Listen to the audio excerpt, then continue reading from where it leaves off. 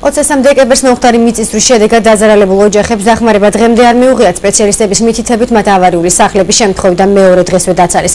ხოლო მთავრობის წევრების დაპირების იმედით, რომ საფასურს გადაუხდნიან, ქირი ცხოვრობენ. გადასახდელი თანხის დარიცხვას კი დღემდე ელოდებიან. სოფელ განთიაჭი მიწისძვრით დაზარალებული ოჯახის წევრები აცხადებენ, რომ მათთან მომხდარიდან ერთი კვირის შემდეგ არავინ მისულა. დახმარების მოლოდინშია ხავლოშვილების ოჯახის.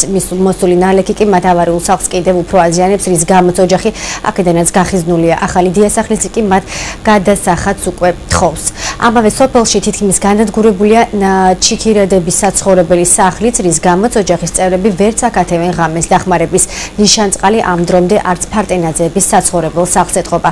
როგორი აჭარის მთავრობის პასუხი ამ თემაზე და როდიდან აპირებენ დაეხმარონ დაზარალებულ მოსახლეობას, მომდევნო გამოშვებიდან შეიტყობთ.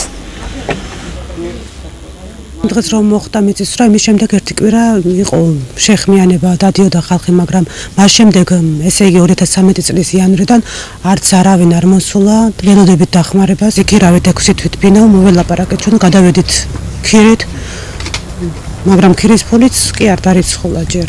გადი გაცალეთ სახლი, მე ჩვენ არ დავუბრალოთ არაფერიო. გავცალეთ და გავედით.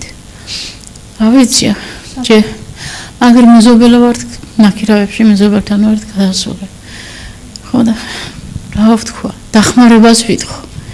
დახმარებას მე ვერაფერს ვერ გავაკეთებ, თუ არ დამეხმარენ. ახალი ბზარი ემატება, ახლა რომ პატარა გათოვდა რა იყო, აი პატარა თოვლი იყო. და შემოსასვლელში ეგერ კიდე ინახეთ რამხელა გახეთქილე.